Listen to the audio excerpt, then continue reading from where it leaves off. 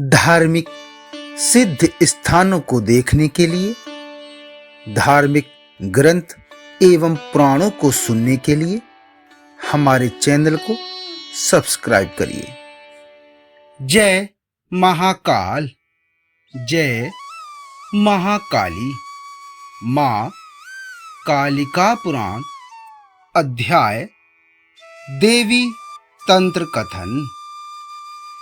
श्री भगवान ने कहा कि हे बेताल भैरव, आप दोनों ही भली भांति देवी के तंत्र का श्रवण करिए, जिसके द्वारा आराधना की हुई देवी शीघ्र ही फल प्रदायक हो जाया करती हैं। पूर्व में दिए हुए तंत्र से विशेष रूप से यह निश्चय ही उत्तम तंत्र है। सामान्यतया से यह पहले आपके आगे कहा गया है, फिर देवी की पूजा में, भक्ति कर्म में विशेष रूप से जो तंत्र शेष है उनको मैं पुनः बतलाऊंगा।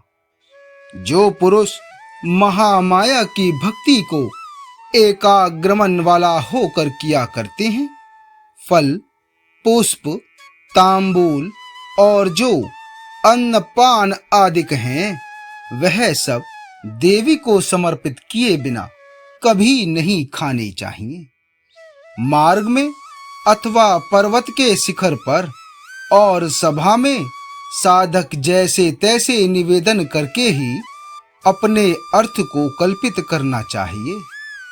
मदिरा के पात्र को, रक्त वर्ण वाली स्त्रियों को, सिंह को, शिव को, रक्त पदम को, व्याघ्र और वारण गज के संगम को देखकर ही गुरु के लिए, राजा के लिए और फिर महामाया के लिए नमन अर्थात नमस्कार करें। जो भार्या पतिव्रता हो, उससे सदा ही ऋतु काल में संगम करना चाहिए। चंडिका देवी का ध्यान करके जो किया जाता है, तब वह कार्य विभूति के लिए होता है, चाहे शांतिक कर्म हो अथवा पौष्टिक कर्म हो तथा इष्टापूर्त कर्म हो। जब भी करें तब नमस्कार करके देवी मंत्र का समाचरण करना चाहिए। जिस समय में तौर्यत्रिक अर्थात नृत्य गान अथवा केवल गति को ही देखें और वह देवी के लिए निवेदन करके ही अपना उपयोग करना चाहिए। जो भी कोई भूषण हो अथवा वस्त्र हो या मलय से समुत्पन्न चंदन हो, उसे अपने शरीर में यदि उपयोग करें तो वहां पर धी अर्थात बुद्धि से मंत्र का न्यास करना चाहिए। चाहे वह व्यायाम में हो और वह विधान में हो, सभा में हो, जल में हो या स्थल में हो, कहीं पर भी हो, मंत्र का बुद्धि से न्यास करें। जहां जहां पर भी स्वयं गमन करें, वहां पर ही सदा देवी का स्मरण करना चाहिए। जो भी कर्म पूजन का अंग स्वरूप हो, उसका समाचरण मंत्र के द्वारा ही करना चाहिए। मंत्र से हीन पूजन का जो भी अंग होता है, वह तो सब निष्फल होता है। जिस कर्म में जो भी अभिष्ट हो, हे भैरव, जो मंत्र पूजाओं में होवे, वह कर्म नैवेद्य के आलोक मंत्र के द्वारा उस कर्म को समाचरित करें। देवी का मंडल न्यास इष्ट मंत्र के द्वारा करना चाहिए। पूजा के अंत में मंडल को लीप कर उसके द्वारा तिलक कराना चाहिए और उसको सर्ववश्य मंत्र के द्वारा ललाट में तिलक का न्यास करें, जो कि धर्म, काम और अर्थ का प्रदान करने वाला है। उसके वश में संपूर्ण जगत हो जाता है।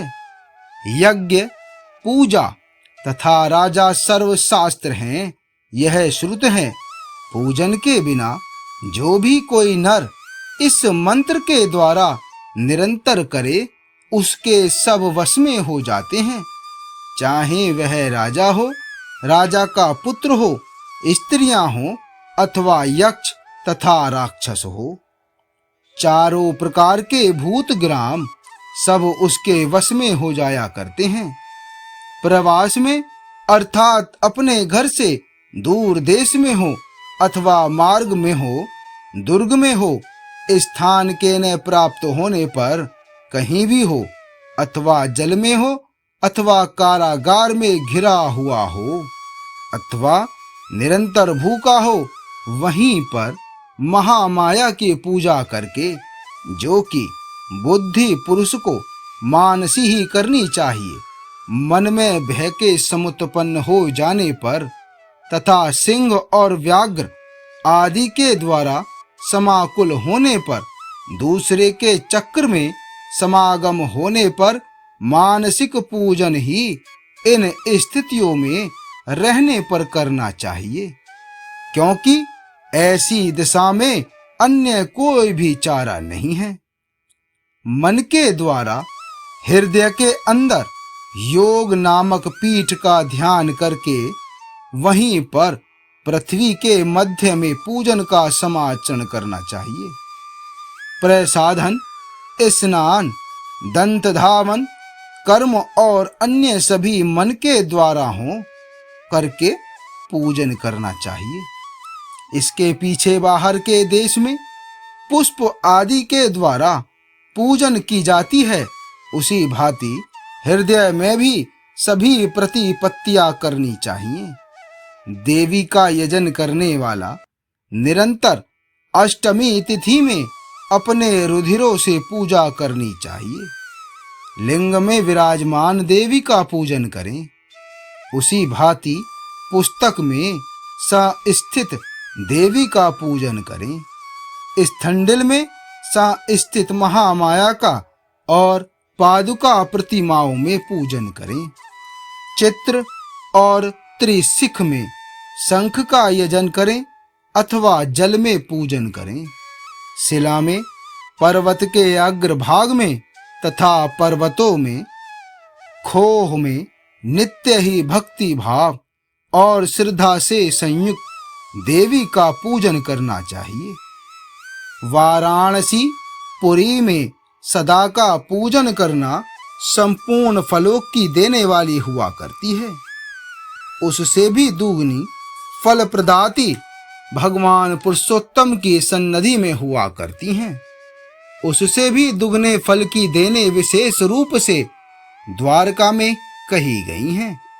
समस्त क्षेत्रों में और तीर्थों में की हुई पूजा द्वारावती की पूजा के ही समान हुआ करती है। विंध्याचल में की हुई पूजा सौगुनी फलदायिका होती है, ऐसा कहा गया है, और गंगा में भी की गई पूजा उसी के समान होती है। आर्यव्रत, मध्य प्रदेश ब्रह्मव्रत तथा पुष्कर में करतोया नाम की नदी के जल में उससे भी चौगनी फल देने वाली कही गई है। हे भैरव, उससे भी चौगने फल देने वाली पूजा नंदी कुंड में होती है। उसमें भी चौगनी जालपीपेश्वर के सन्निधि में की हुई बतलाई हुई है। वहां पर सिद्धेश्वरी की योनि में की गई पूजा उससे भी दुगनी बताई गई है। उससे भी चौगने फल को देने वाली लौहित्य नदी के जल में कही गई है। उसी के समान कामरूप देश में सभी जगह जल और स्थल में मानी गई है। जैसे सबसे श्रेष्ठ भगवान विष्णु हैं तथा लक्ष्मी सबसे उत्तम हैं, कामरूप में सुरालय में देवी की पूजा प्रशस्त होती है। देवी का क्षेत्र कामरूप देश है और अन्यंत्र उसके समान है। अन्य स्थल में देवी विरल ही हुआ करती हैं और कामरूप में तो घर घर में ही विद्यमान रहती हैं।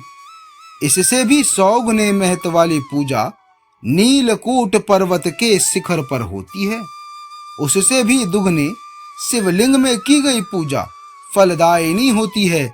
उससे भी दुगनी फलदायिनी शैलपुत्र आदि की योनियों में कही गई है। उससे भी 100 गुनी अधिक महत्व वाली पूजा कामाख्या देवी की योनि मंडल में बतलाई गई है। कामाख्या में महामाया की पूजा को एक बार कर चुका है, वह इस लोक में कामनाओं को प्राप्त करता है और परलोक में भगवान शिव की स्वरूपता का लाभ लिया करता है। उस पुरुष के समान अन्य कोई भी भाग्यशाली नहीं है और फिर उसका कोई भी कृत्य शेष नहीं रह जाता है। वह पुरुष अपना मनोवांछित अर्थ इस लोक में प्राप्त करके चिरायु हो जाता है। उसकी गति वायु के ही समान हो जाती है, जो अन्यों के द्वारा कभी भी बाधित नहीं हुआ करती है। वह पुरुष संग्राम अथवा शास्त्रावाद में दुर्जय हो जाता है। वैष्णवी तंत्र के द्वारा कामाख्या के योनि मंडल में एक बार अभ्यर्चन करके उसका 100 गुना फल का लाभ किया करता है।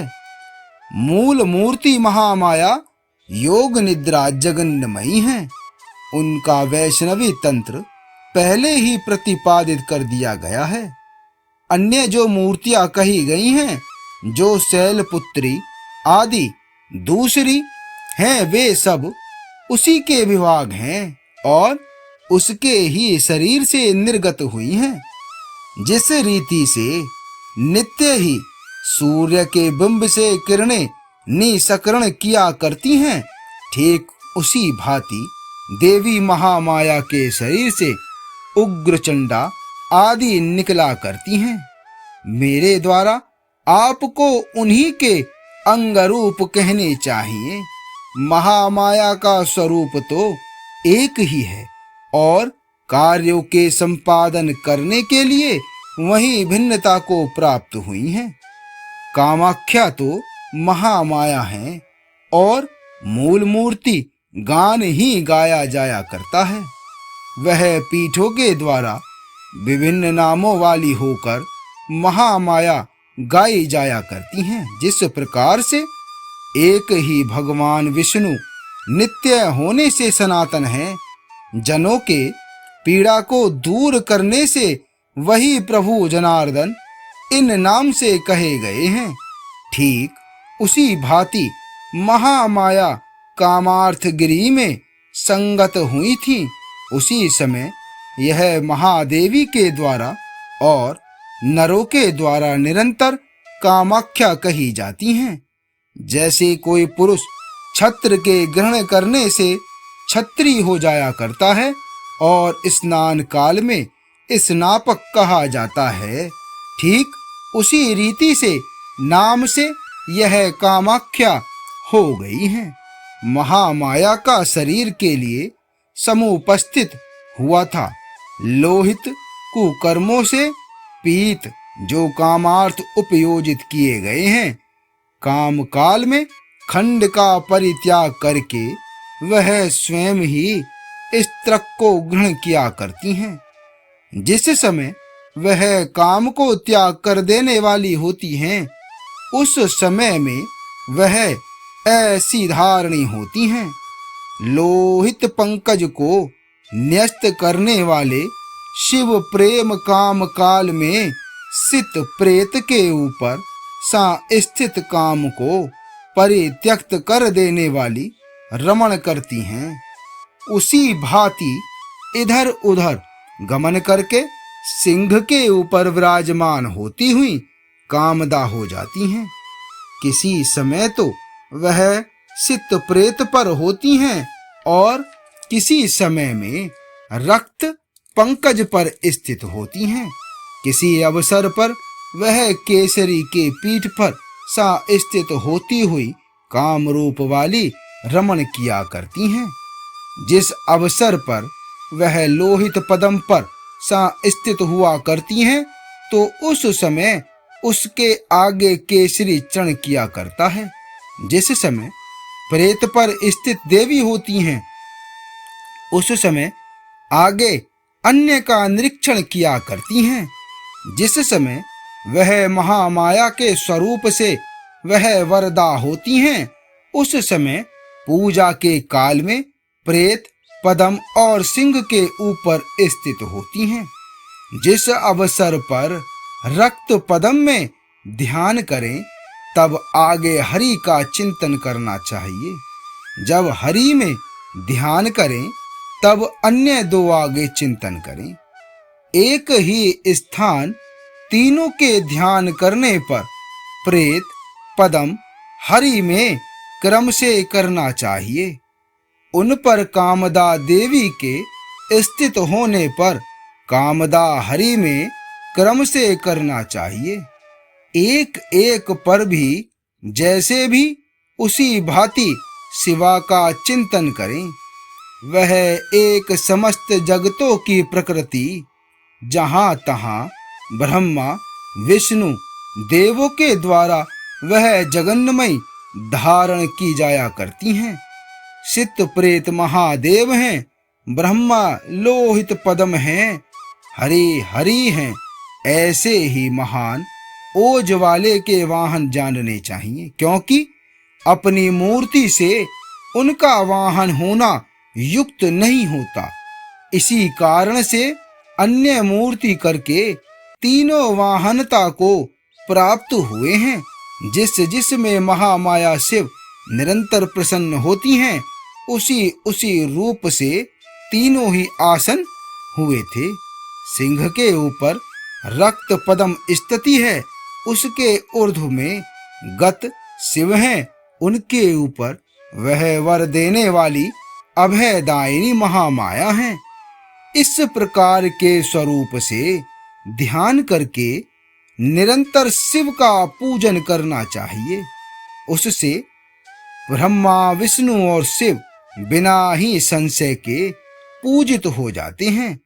इस प्रकार से सदा कामाख्या एक रूप वाली महामाया ध्यान से और रूप से भिन्न है, इससे वहां पर उनका पूजन करना चाहिए। इस प्रकार से दुर्गा के विशेष तंत्रों को आप दोनों को कह दिया गया है। हे परम श्रेष्ठो, अब उनके अंग मंत्रों का आप श्रवण करिए। आगे का अध्याय चंडिका मंत्र वर्णन।